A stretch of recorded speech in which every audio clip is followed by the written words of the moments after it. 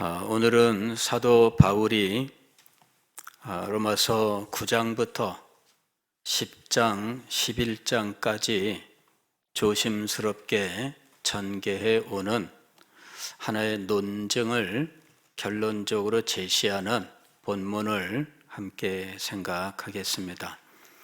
25절 말씀을 보면 사도는 지금까지 자신이 이야기한 모든 말씀에 근거하여 하나의 신비에 대해서 말씀하고 있습니다.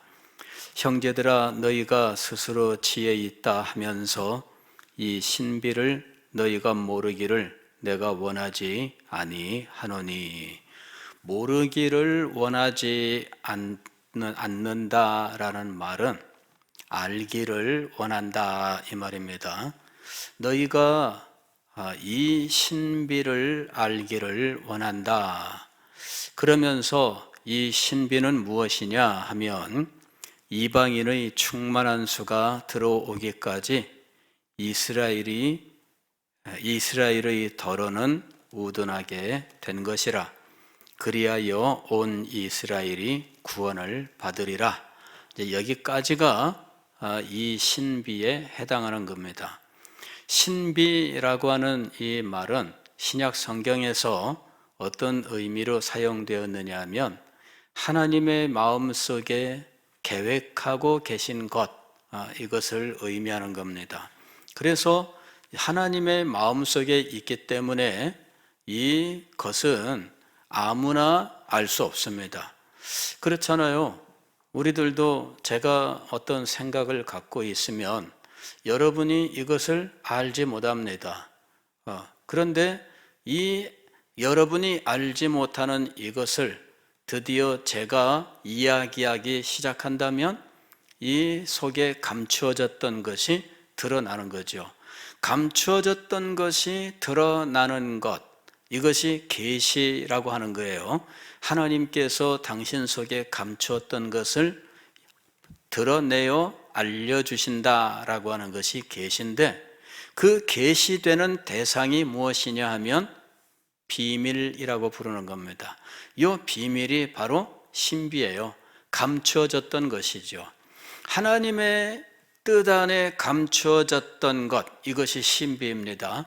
그런데 이 신비가 드디어 감추어졌던 것이 드러나게 되는 것, 그래서 그것을 알게 되는데, 하나님이 감추어졌던 것을 드러내실 때 이것을 알게 하는 것은 지혜입니다.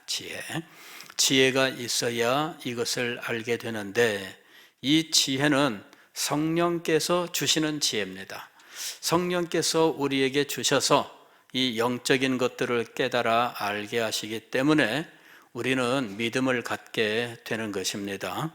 하나님께서 주시는 이 말씀은 사실은 지혜가 있어야만 알 수 있는 거예요. 지혜가 없으면 본질을 알 수가 없습니다. 제가 종종 말씀을 드렸지만은 대학 시절에 제가 어떤 교수님의 강의에 깊은 감동을 받았는데, 그 과목은 서양 사상사라고 하는 과목입니다. 그런데 그 서양 사상사에서 이분은 히브리 정신과 헬라 정신, 이것이 서양 사상을 이룬다, 이제 이 내용을 강의하는 거죠.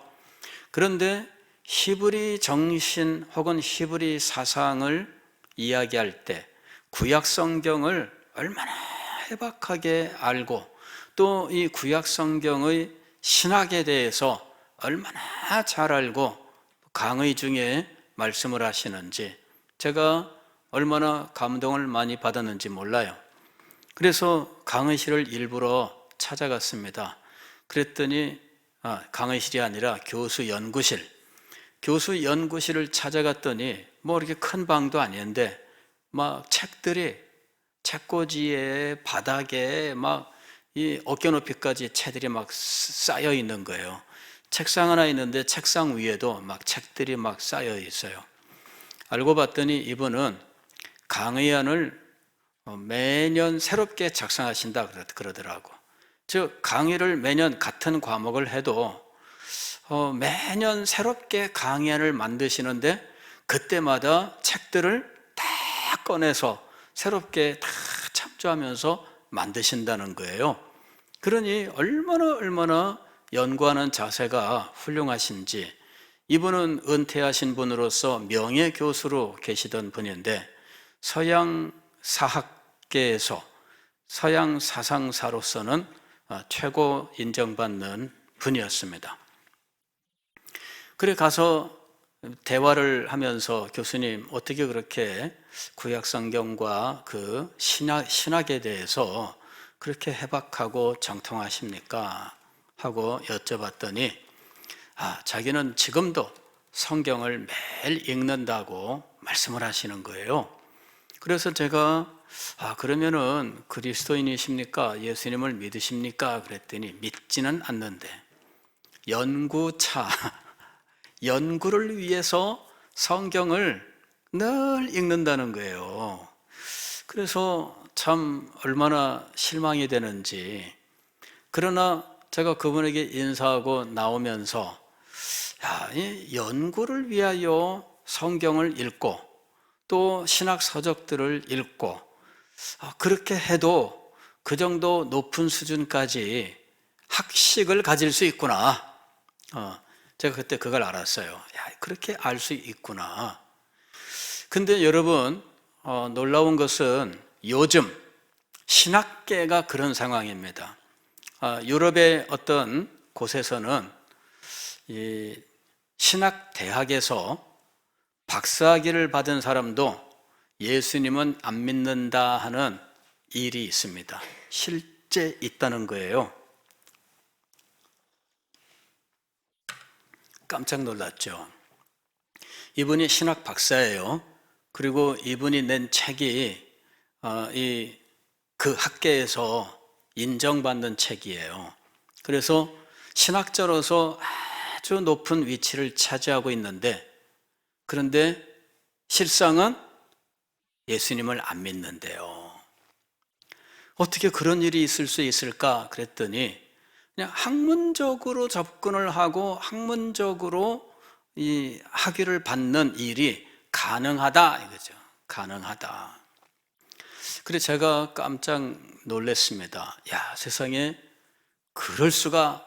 근데 세상에 이런 일이, 그게 정말 우리 신학계에 지금 일어나고 있는 거예요. 깜짝 놀란 거죠. 안 믿어도 신학 박사가 될 수 있는 시대, 그리고 그걸 인정해주는 신학교, 이게 지금 유럽의 어떤 곳에서는 현실화되어 있는 상황이라는 거죠. 그것도 무슨 이상한 학교가 아니라 개혁주의라고 하는, 우리가 개혁주의 신학이잖아요. 개혁주의 신학교에서 그런 일이 벌어졌다는 거죠. 그것도 알게 된 것도 우연히 알게 된 거예요. 개혁주의 신학자로서 책을 보니까 너무너무 탁월하고, 그래서 이분을 초청하려고 하니까 그 학교에서 공부했던 어떤 분이 그분은 사실 이렇습니다라고 이야기를 해줘서 알게 된 거예요. 그래서 세상에 정말이야? 사실이야? 진짜야? 자, 이게 세상 지혜라고 부르는 것입니다. 정말 참된 지혜는 무엇이냐? 영적 진리의 본질을 깨닫고 우리의 마음속에 믿음을 일으키는 것, 이것이 참된 지혜입니다. 이 참된 지혜는 오직 성령의 역사로 우리에게 주어지는 거예요. 즉 우리는 자연적으로는 이런 지혜를 소유하고 있지 못합니다. 왜냐하면 이미 우리는 타락하고 우리의 영혼이 어두워졌기 때문입니다. 그 다음에 나오는 것이 바로 그런 상황입니다. 이 신비는 이방인의 충만한 수가 들어오기까지 이스라엘의 더러는 우둔하게 된 것이라. 이 우둔하게 되었다라고 하는 것이 바로 이 영적 지혜가 없다라는 말입니다. 영적 지혜가 없는 이 상태, 이 영적 지혜가 없으므로 순전히 인간적인 지식으로 영적 진리를 직면하게 되는 것입니다. 이거는 아무리 그 사실들을 알아도 믿음을 일으키지는 않아요. 예전에 어떤 분들이 이런 분들이 계셨어요. 어떤 집사님이 남편이 교회를 안 나오시는데 이분이 늘 하시는 말씀은, 그래도 우리 남편은 저보다 성경을 더 많이 압니다, 이러시는 거예요. 그러면서 이 남편이 옛날에 미션 스쿨을 다녔는데 그래서 그런지 성경은 나보다 더 많이 알아요, 그러는 겁니다. 남자들이 직장 생활하면서 기독교인들하고 얼마나 많은 논쟁을 했겠어요. 그러니 그런 논쟁을 가지고 집에서 교회만 다닌 이 얌전한 부인한테 막 이야기하면 부인은 대답할 말이 없죠. 운매 기죽어 이래가지고 정말 그 논리에 그만 치는 거예요.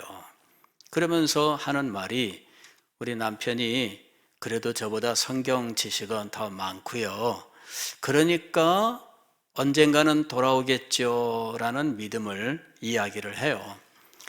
돌아오시면 얼마나 좋겠습니까? 그러나 이 진리를 성경 그 영적 어떤 지혜로서 접한 것이 아니라 세상 지혜와 논리로서 접한 사람들은 쉽게 돌아오지 않아요. 왜냐하면 잘못된 확신을 갖기 때문입니다. 이 잘못된 확신이 꺾여야 되는데 이 잘못된 확신은 웬만해서는 꺾이지 않아요. 강적이죠.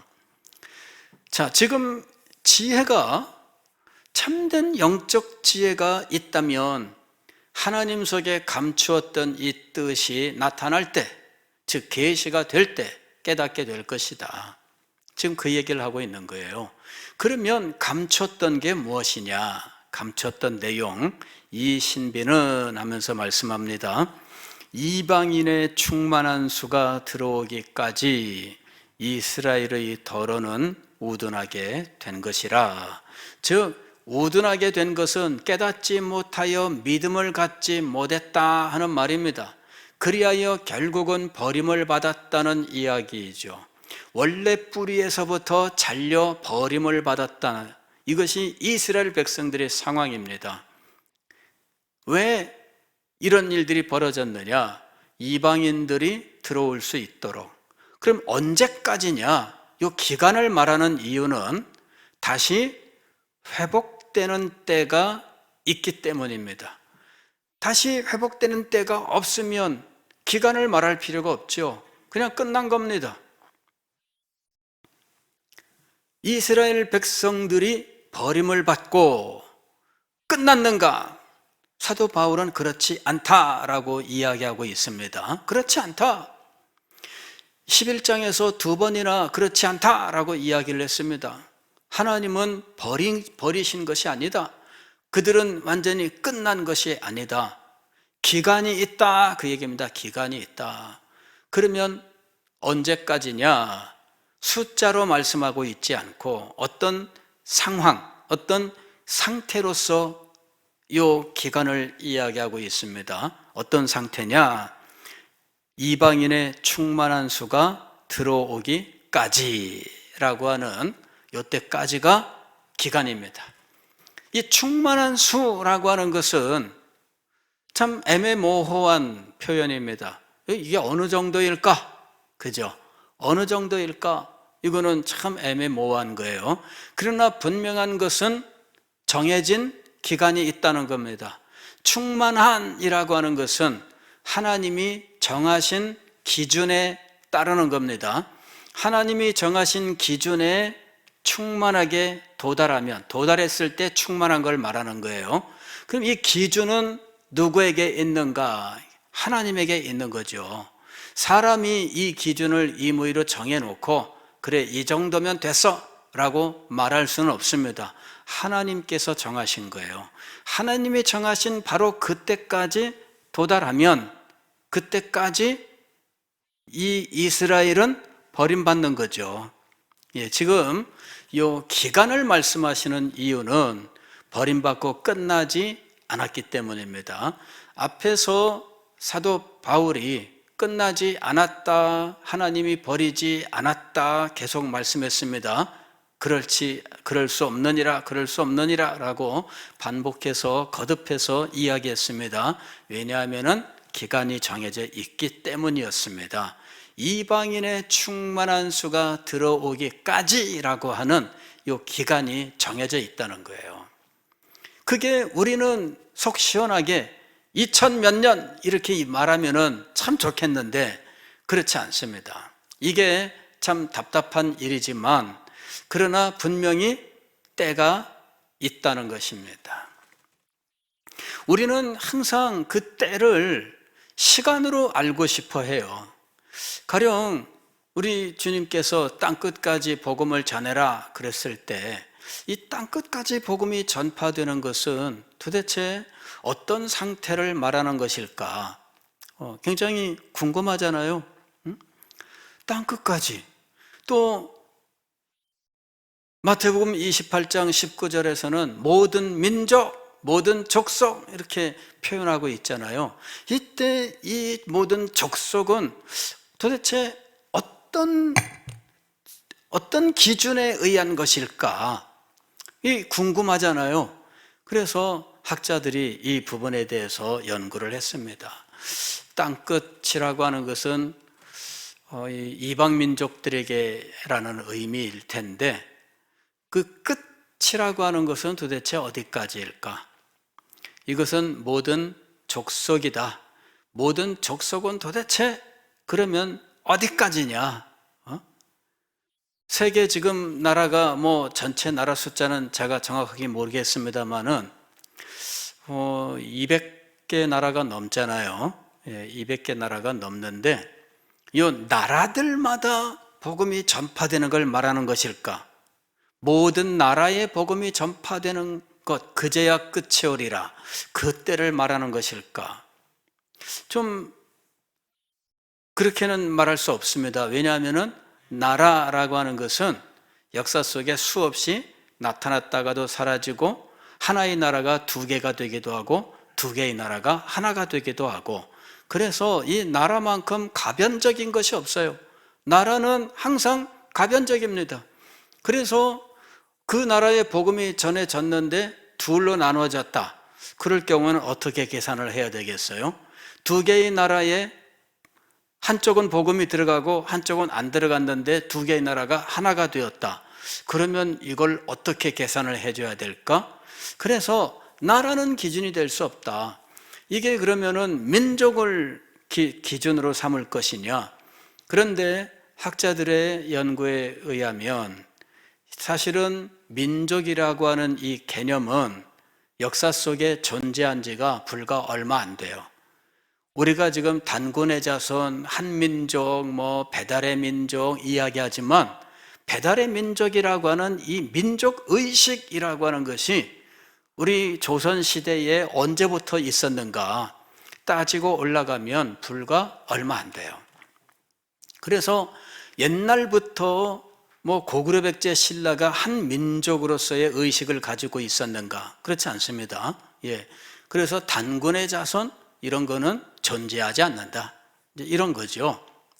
실제로 세계 역사도 그래요. 세계 역사도 민족 개념이 실상은 불과 얼마 되지 않습니다. 민족 개념은 주로 어떻게 형성되느냐 하면은 근대 국가가 형성되면서 왕권 강화와 더불어서 이 민족 개념이 형성되기 시작을 해요.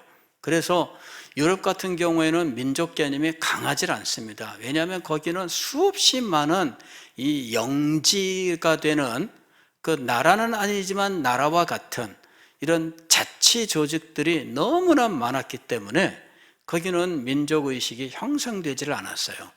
그래서 이 민족이라고 하는 것을 기준으로 해서 세계 복음화를 측정할 수 있는가? 그거는 안 된다 이거죠. 안 된다. 결론은 그겁니다. 안 된다. 그러면 여기서 말하는 족속은 도대체 어떻게 보아야 될 것이냐? 최소한 말이 통하는 단위로 봐야 된다라고 하는 것이 20세기 후반에 나온 결론입니다. 말이 통하는, 즉 언어 부족 단위, 그렇게 해서 모든 언어에게 복음이 전파되어야 한다. 그리고 전 세계의 언어를 따져보면 수천 종의 언어가 있어요. 한 나라 안에도 우리는 한국어라고 하는 하나의 언어밖에 없지만 어떤 나라의 경우에는 수십 개의 언어가 존재할 수 있습니다. 그러면은 그 나라에 복음이 들어갔는데 수십 개의 언어 부족들이 있으니까 수십 개의 언어 부족에게 다 복음이 전파되어야 그제야 그 나라에 복음이 들어갔다라고 말할 수 있는 거지. 그 두 개 부족, 그 언어에게만 복음이 전파되고 수십 개 언어 부족들은 아직도 복음을 받지 못했다. 그러면은 그 나라에 복음이 전파됐다고 말할 수 없다는 거죠. 그래서 20세기 후반에 와서 언어 부족에 대한 연구를 한 거예요. 그리고 이 언어 부족들마다 복음이 들어갔는가 다 확인을 했는데, 복음이 들어갔다라고 말하려면 무엇을 또 기준으로 해야 될 것이냐? 각 언어 부족마다 번역 성경이 존재하면 복음이 들어간 것으로 봐야 되는지, 아니면 성경 번역은 없었어도 교회가 세워지면은 복음이 들어갔다고 말해야 되는 건지, 교회가 세워지되 몇 개 교회가 세워져야 되는지, 인구 비율로 몇 %가 예수님을 믿어야 복음을 받았다고 말할 수 있는 것인지, 이건 기준이 없어요. 결국은 세계 복음화라고 하는 이 기준은 인간이 정하는 것이 아니고, 하여튼 우리는 할 수 있는 대로 최선을 다해서 최대한 세밀하게 언어 부족에게까지 가서 성경 번역을 하고 그곳에서 교회를 세우고 하기까지는 노력을 기울이지만, 그것 자체가 땅끝까지 복음이 전파되었다, 혹은 모든 족속에게 복음이 전파되었다라고 우리가 정할 수 있는 기준은 없다라고 하는 것이죠. 기독교 국가, 복음이 선교사가 필요 없는 정도의 기독교 국가로 인정받는 기준은 몇 %일까? 그것도 사실은 참 애매하긴 해요. 다만 대체적으로 한 인구의 한 10% 정도라면 기독교 국가라고 인정을 하고 더 이상 선교사를 보낼 필요가 없다, 이렇게 이야기들을 하지요. 그렇게 따지면 대한민국은 외국에서 선교사를 보낼 필요가 없는 국가입니다. 왜? 우리는 10% 이상이 기독교인이거든요. 그래서 이런 기준조차도 인간이 정하는 것이지 하나님이 정한 것이 아닙니다. 우리는 알 수 없다고 이야기해야 됩니다. 알 수 없습니다. 충만한, 이방인의 충만한 수, 땅끝까지 모든 족속, 이런 것들은 하나님의 기준입니다. 우리는 알 수 없어요. 다만 그때까지 하나님이 정한 기준에 도달하기까지 유대 민족은 버림받는 거예요. 더러는 버림받는다. 꾸준히 유대 민족 가운데 믿는 사람들이 늘어날 겁니다. 꾸준히 늘어날 겁니다.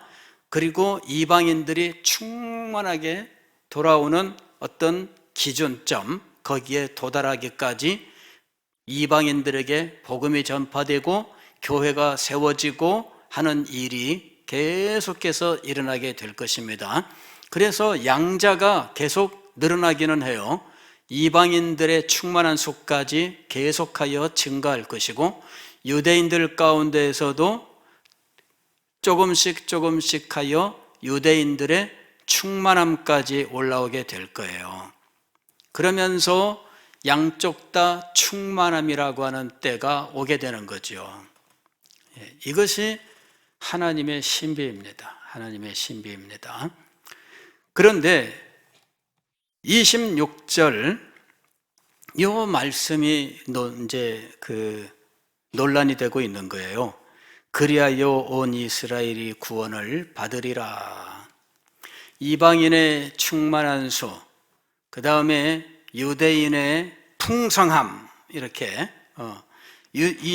유대인의 그 풍성함과 충만함, 그 12절에 보면은 유대인의 충만함이 나와요.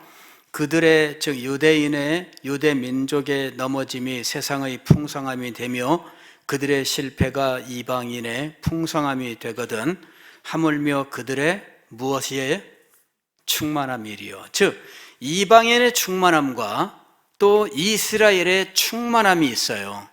그리고 이 충만함이 딱 만날 때 온 이스라엘, 이방인과 유대인 전부를 합치는 온 이스라엘이 구원을 받으리라. 이제 이렇게 해석하는 방법이 하나가 있습니다. 이 해석 방법은 개혁주의 주류의 해석입니다.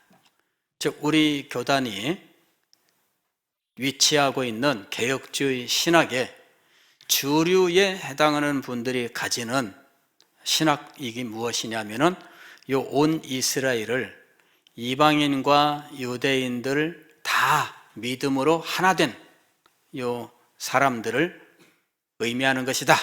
이제 이렇게 이야기하는 것이 우리 개혁주의의 주류의 해석입니다. 그리고 그에 대한 그 뒷받침으로는 로마서 4장을 예를 들고 있는 거예요. 로마서 4장을 보게 되면 이 3장에서 하나님의 믿음으로 말미암아 하나님의 의롭다 하심을 받는 이신 칭의에 대해서 말씀을 하고 4장에서는 아브라함을 예를 들어서 아브라함도 할례를 받기 전에 믿는 믿음으로 의롭다 인정을 받았다. 바로 그것이 믿음으로 의롭다 인정받는 이 원리를 하나님이 계시하신 것이다. 그래서 아브라함 안에서 할례자나 무할례자나 다 믿음으로 아브라함의 자손이 되는 거다. 이것이 지금 로마서 4장의 이야기거든요. 그래서 이 로마서 4장 11절 말씀을 보면은 이 아브라함은 모든 믿는 자의 조상이다. 이렇게 이야기를 해요. 그 다음에 아브라함의 후손은 누구냐? 믿음의 자취를 따르는 자들이다. 아브라함의 후손을 가리켜 세상의 상속자라 그랬는데 이 아브라함의 후손을 세상의 상속자라 했을 때 이 상속자는 아브라함의 믿음에 속한 자를 말하는 것이다. 그래서 이방인이든 유대인이든 모두 아브라함의 후손이다. 믿음으로 말미암아 아브라함의 후손이다. 이것이 로마서 4장의 이야기인 것입니다. 그래서 그 원리에 의하여 지금 로마서 11장 26절에 그리하여 온 이스라엘이 구원을 받으리라 했을 때 온 이스라엘은 이방인과 유대인 모두 믿는 자들을 가리키는 것이다. 이것이 우리 개혁주의 주류의 해석입니다. 신학적으로는 이게 맞아요. 신학적으로는. 문제는 로마서 11장 26절에 온 이스라엘이 과연 그것을 가리키는 것이냐 아니면 이스라엘 백성을 가리키는 것이냐라고 하는 것이죠. 개혁주의 주류는 이것이 이방인과 유대인 모두 믿는 자들을 모두 가리키는 것이다. 이렇게 해석을 하고 있어요.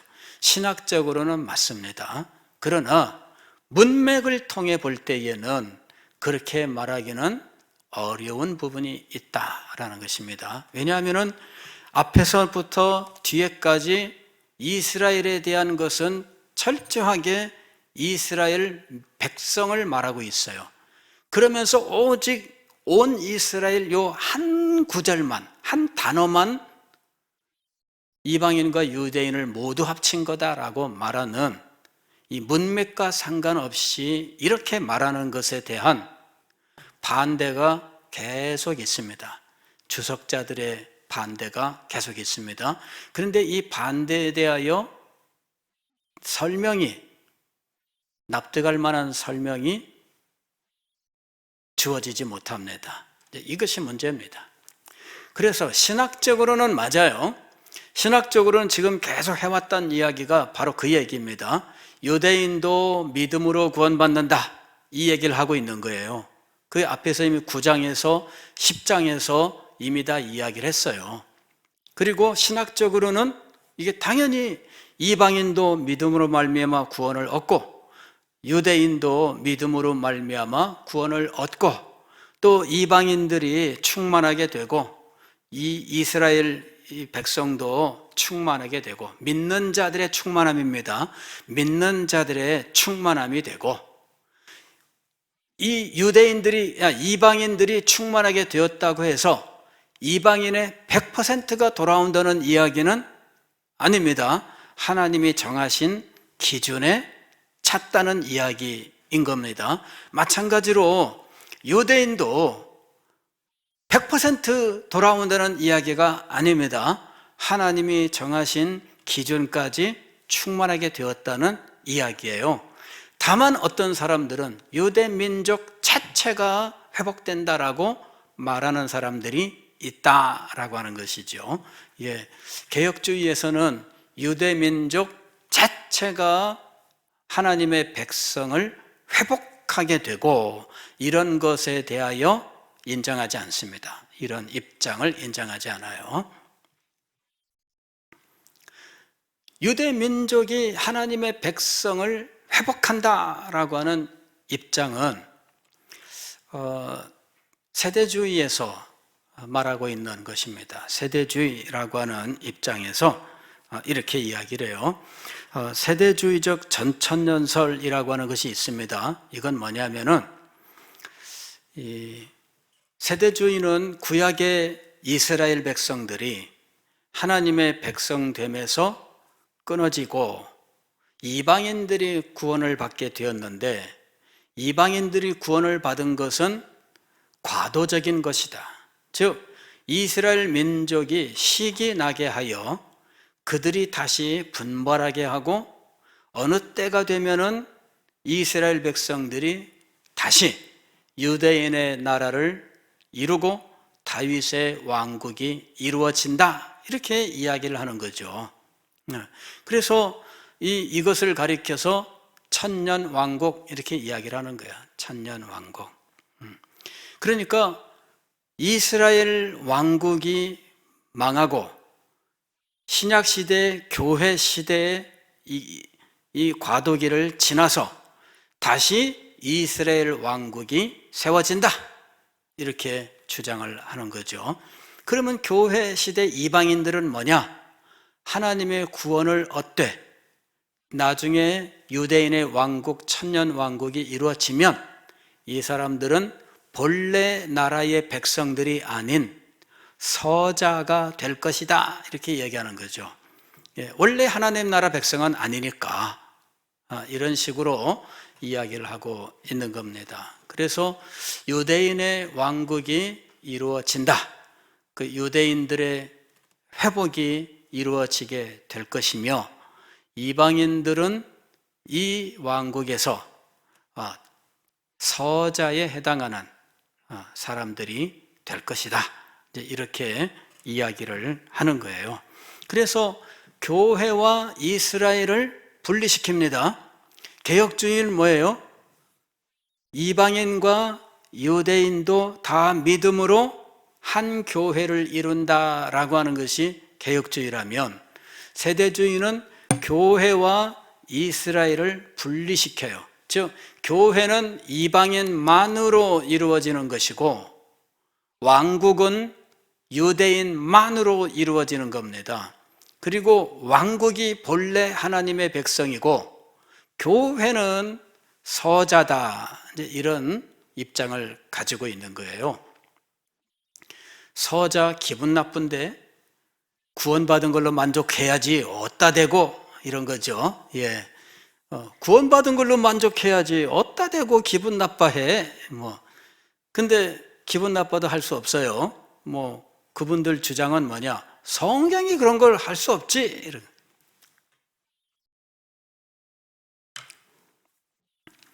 이게 이제 전천년설이라고 부르는 거예요.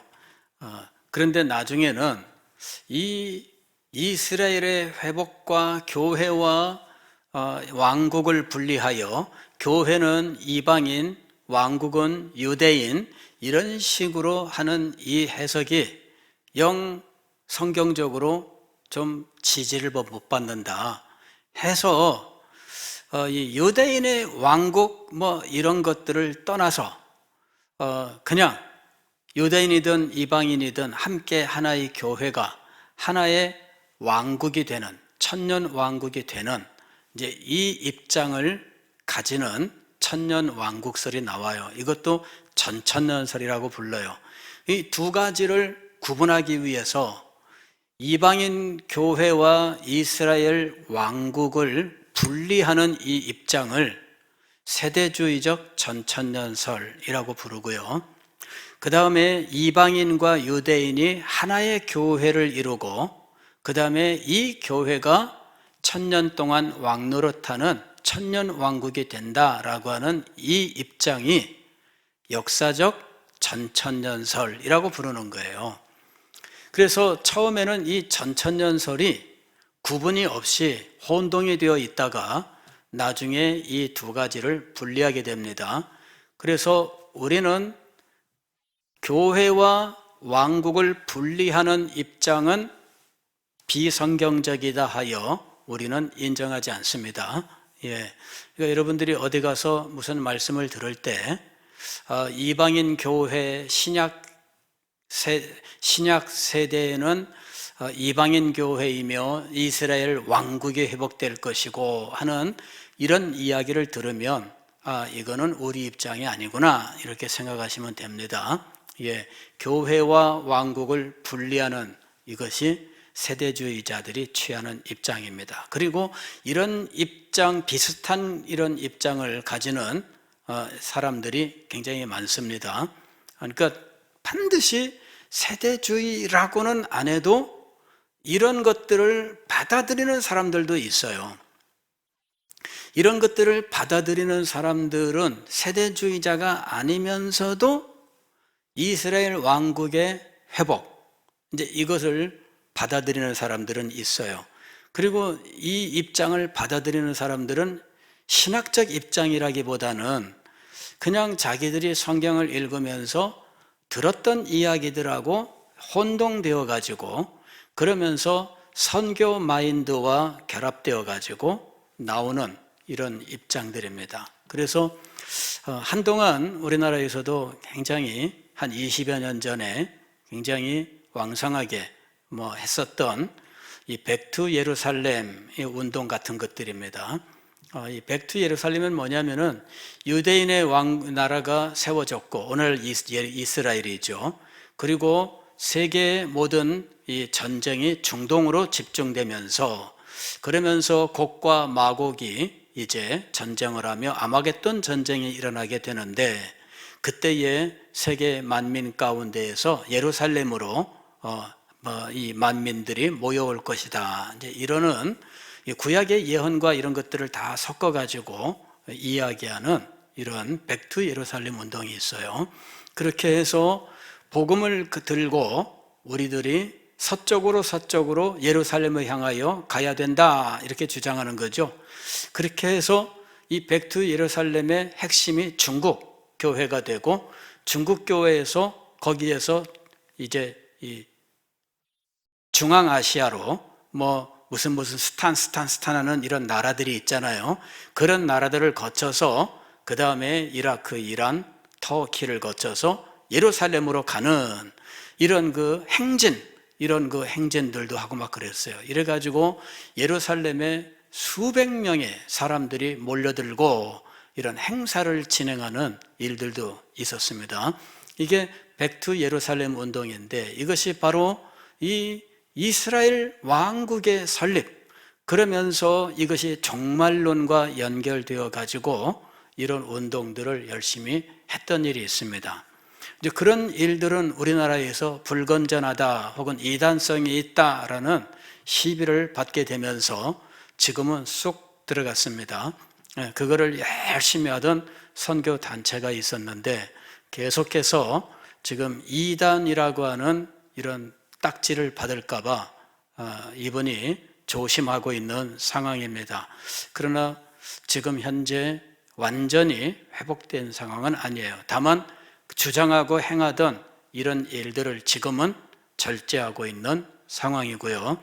우리 교단에서도 이 문제에 대해서 이단성이 있다 해서 이야기를 하면서 이분이 그러면은 이 합동 측 교단에 지도를 받을 테니 나를 좀 받아달라, 이제 이렇게 해서 받느냐 마느냐, 이런 사람을 받을 수 없지 않느냐 해서 결론은 내리지 않은 채 지나오고 있는 상황이고, 그러면서 이분은 지금 현재 더 하다가는 이단으로 규정될 이런 아주 위험한 상황이 오기 때문에 이제 절제하고 있는 이런 상황입니다.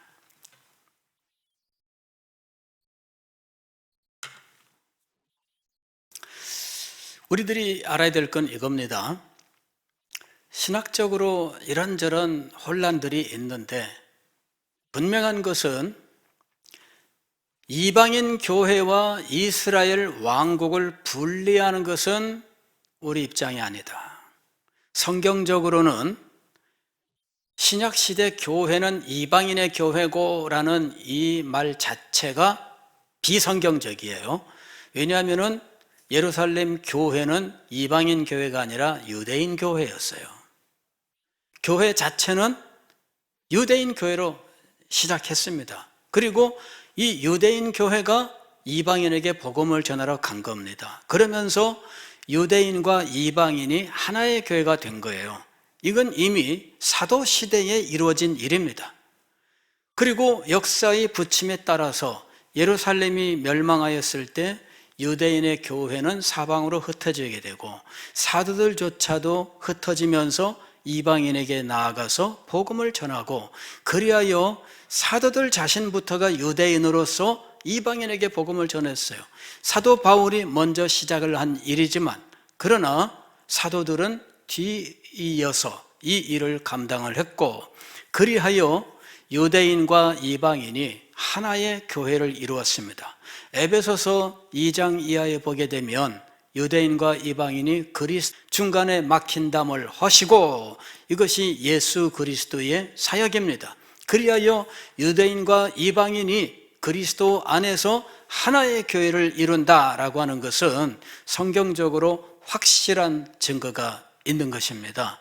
그래서 이 신약은 이방인 교회고라고 하는 이 주장부터가 비성경적입니다. 그리고 천년 왕국은 이스라엘 백성 민족으로 이루어진이라고 하는 이 부분이 성경적으로 합당하지가 않는 것입니다. 그래서 이 신약 시대는 이방인 교회고 이방인의 시대고라고 말한다면 비성경적이며 우리 입장이 아니다, 이걸 알아야 되고요. 하나의 교회입니다. 다만 하나의 교회 속에서 이방인들의 충만함과 유대인의 충만함이 있습니다. 그리고 하나님이 정하신 기준에 의하여 이 충만함이 양쪽에서 완성되는 때가 있다라고 하는 것입니다. 이 온 이스라엘을 어떻게 볼 것이냐? 이방인의 충만함과 유대인의 충만함이 하나가 된다라고 하는 것은 분명히 맞는 말씀인데, 다만 여기에서 온 이스라엘이 그걸 말하는 것이냐, 그 부분에 대해서는 문맥을 통해 볼 때 답변하기가 좀 어렵다, 이렇게 보입니다. 저도 이제 개혁주의의 주류에 해당하는 이 위대한 학자들의 글들을 읽으면서 우리가 가진 이 신약교회가 이방인과 유대인이 하나 된 교회다라고 하는 이 입장, 그리고 이것이 부흥하여 완성되는 이 부분에 대해서는 그 신학적 입장이 성경적으로 합당하다라고 하는 사실을 저는 인정을 해요. 문제는 뭐냐면은 여기 문맥에서 그러냐라고 하는 이 부분에 대해서는 선뜻 그 입장에 설 수가 없었다라는 것입니다. 예, 여기서는 오히려 앞뒤 문맥을 통해 볼 때 사도는 유대인, 이스라엘 백성들에 대하여 말씀하고 있는 겁니다. 초점이. 그래서 시종일관 유대인들에 대하여 말씀하고 있는 거예요. 그래서 온 이스라엘도 바로 그렇게 보셔야 된다라는 것입니다. 이럴 때 온이라고 하는 이것이 100%냐? 그게 아닙니다. 예, 이게 아닙니다. 성경을 보게 되면 모든이라고 하는 말이 붙었다고 해서 100%를 말하는 것이 아니다라고 하는 것을 알 수가 있습니다. 이것은 아까 충만함과 같은 거예요. 충만함과 같은 거예요. 하나님이 정하신 기준에 도달하기까지를 말하는 거죠. 그럴 경우에 그것을 우리는 어느 정도로 봐야 될 것이냐, 우리가 알 수 없어요. 복음화에 대해서도 제가 여러분들에게 말씀을 드렸잖아요. 복음이 땅끝까지 전파되면 그제야 끝이 오리라 하고 주님이 말씀하셨어요. 그제야 끝이 오리라. 그런데 복음이 땅끝까지 전파되었다는 기준이 뭐냐? 그 기준을 말하게 되면 우리는 알 수 없습니다. 그렇죠? 땅끝이라고 하는 것은 분명한데 어디까지가 땅끝이냐라고 말하게 되면 우리는 기준이 없다. 우리에게는 기준이 없다라고 말해야 돼요. 여기서도 온 이스라엘도 마찬가지입니다. 모든 유대인이라고 할 때 이 모든이라고 하는 것이 하나님이 정하신 기준까지라고 봐야 마땅한 겁니다. 예, 이걸 100%로 꼭 봐야 될 이유는 없고요. 그리고 실제로도 그렇습니다. 그러므로 여기에 온 이스라엘은 문맥으로 보아서는 분명히 이스라엘 백성들이 하나님께로 돌아왔다라고 말할 수 있는 어느 수준까지 도달하게 된다라고 하는 것입니다. 예, 그것이 신비한 것이다 이렇게 얘기해요. 분명히 유대인의 회복에 대한 이야기예요. 26절 이하에 보면 이렇게 되어 있습니다. 기록된 바 구원자가 시온에서 오사 야곱에게서 경건하지 않은 것을 돌이키시겠고, 야곱에게서 경건하지 않은 것을 돌이키는 이 유대인의 회복에 대한 이야기죠. 내가 그들의 죄를 없이 할 때 그들에게 이루어질 내 언약이 이것이라. 회복에 대해서 하나님의 약속이 이루어진다라고 이야기하고 있습니다. 그러므로 분명히 여기서는 이스라엘, 즉 유대인의 회복에 대한 말씀을 하고 있는 것이 분명합니다. 다만 온 이스라엘의 기준은 하나님에게 있다라고 하는 사실을 알아야 됩니다.